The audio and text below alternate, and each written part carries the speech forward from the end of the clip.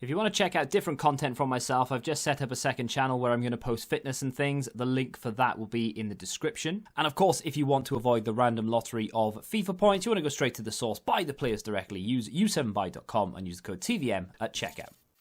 What is going on, guys? TVM here. Welcome back to a brand new video. Today we're going to look at Manchester United in FIFA 21 and their potential signings. If you are waiting for career mode, don't worry, it's coming out later today. I think we're going to have a bit of a schedule rejig for the next month or so, and career mode will be released sort of, I don't know, 2 p.m, 3 p.m. Let's move into this then. Jadon Sancho, this is something that has been going on and on and on, and if you watch previous transfer videos that I released, I'm talking months ago, I said, and I don't want to be like, oh, I told you so and I knew something you didn't, but I said that this wasn't going to happen. And I thought that Manchester United were going to, quote-unquote, try and sign him. But in actual fact, they were going to go and sign this guy, Jack Grealish. And that is now, all of a sudden, becoming a very hot topic in the media. So, they, quote-unquote, tried their best to sign Sancho. They reckoned Dortmund were being difficult. They weren't willing to pay the money because they thought it was unrealistic. Paid 80 million for Maguire. But now, all of a sudden, Jack Grealish is a better prospect and we'll get him instead. You know, we tried, Dortmund are the problem, and we'll settle for Jack Grealish. That's the way it's coming across, and that is exactly what I said would happen. Not that I'm trying to say that I know best, it's just it was so predictable. Man United didn't want to spend the money because the Glazers hate spending money. So what they tried to do was They stretched out a transfer saga that never really was. I think they never really had any intention of signing Sancho because they weren't ever willing to pay that much money for him. And now they're going to say, well, look, you know, Dortmund are the problem.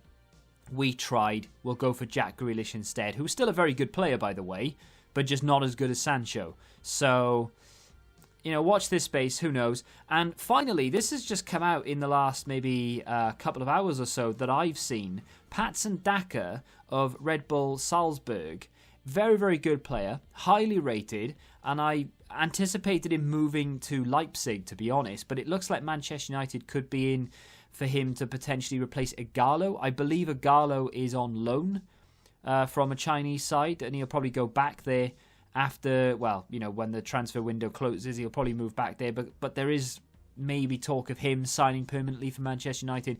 But Patson Daka would be a phenomenal signing. Not immediately, but over time to build him up. You know, he's got a good goal-scoring record, so why not?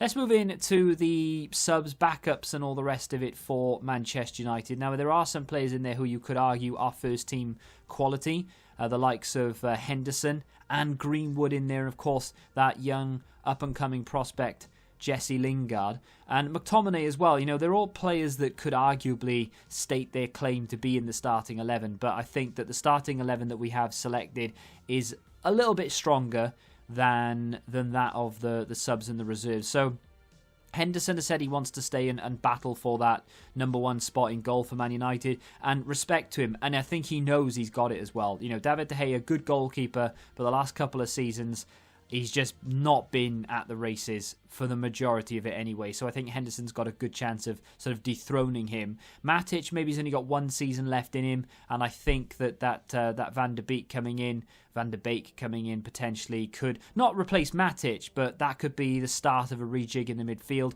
Mata's good, but again, he's aging, so they do need to replace him. McTominay could come through and replace Matic in the team. If we move in to the starting 11, you can maybe understand why I don't think Greenwood will not get near the starting 11, but why I think Greenwood would maybe be a fringe player and will come in and replace the likes of Martial or Rashford or even Pogba here or there. I think the two main midfield players are going to be Fred and Van der Beek. Of course, Van der Beek at the moment isn't official, but it is looking ever likely. Now, of course, when you're watching this, it might be official. I'm recording it 3 o'clock on Sunday, so a lot of things can happen. In terms of rating, I think De Gea will be downgraded slightly, albeit by 1.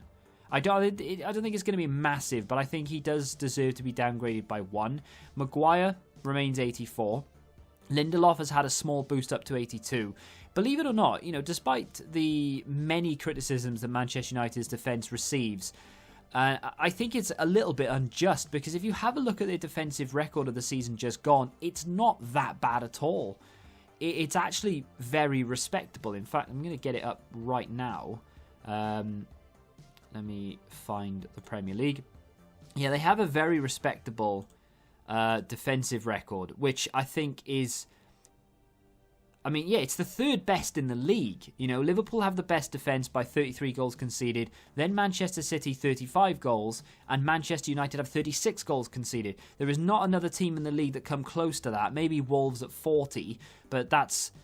Again, that's a good few goals extra. So they do have a pretty good defence, despite the fact that many think that they need a world-class centre-back because Lindelof and Maguire just aren't good enough. So there we go. Shaw at left-back, 81 rated. I've just left him the same. Wan-Bissaka, 82. I've left him the same as well. Their midfield now with Van de Beek coming in is quite solid. Of course, they've got Pogba, Bruno Fernandes to play a little bit further forward. I can't envisage a midfield that has Fred, Van de Beek, Pogba and Bruno Fernandes in it, though. So I think... there may be some give there. Maybe Fred makes way for Greenwood, and then you move Van de Beek more toward that defence-minded position. Pogba will occupy that Roman midfielder position. Bruno Fernandes in that attacking midfield, with Greenwood on the right, Rashford on the left, and then Martial up front. That could be the way that they line up. Maybe Fred then comes in to replace Van de Beek or Pogba off the bench. But either way... you know, regardless of whether this 11 is the 11 that starts, I think they've got relatively good backup now. I do think they need one more player, because as good as Greenwood is, he's still got a lot of inexperience on his side. He's going to take a little bit of time to get up to pace and to really be a consistent player in the Premier League. He's a good player, don't get me wrong, and he had a very, very good end to the season last year, but... I think that they're going to need someone else to come in. I don't think he's ready to play a full season. We're talking Champions League, we're talking League and Cup games. They do have James, who can come in and play in that sort of similar position to Greenwood or even Rashford, but they need more than one. So that's why Sancho was an option, and that's now why I think they're turning their attentions to Grealish. If Grealish comes in, will he play consistently in the starting 11? I don't think so, personally.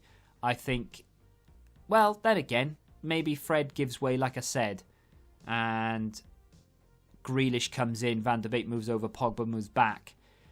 That could work.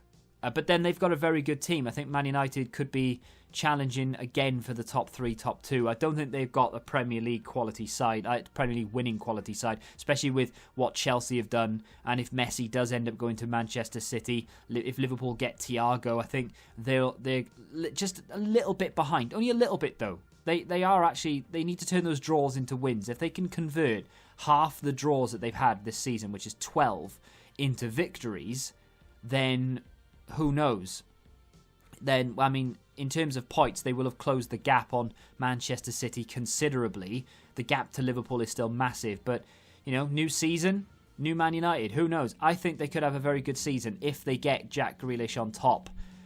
They've got a pretty strong side. I'm a Liverpool fan, by the way, so I hate Man United with a passion. But I am thinking that this side is now pretty good. Especially that Bruno Fernandes signing is just massive. Absolutely huge. He's done so well for them, you know, winning as many penalties as he does. But there we go. What do you think of that Man United team? Do you think they need to strengthen in any other area? Do you think they need a new defender? I think a new left-back could be a good option instead of Luke Shaw. But apart from that, I actually would put faith in Maguire and Lindelof going forward, because that defensive record kind of speaks for itself. If you have enjoyed the video, hit the like button, subscribe to the channel for new, and until the next time, goodbye. Football Index. The game changed. Download the app now.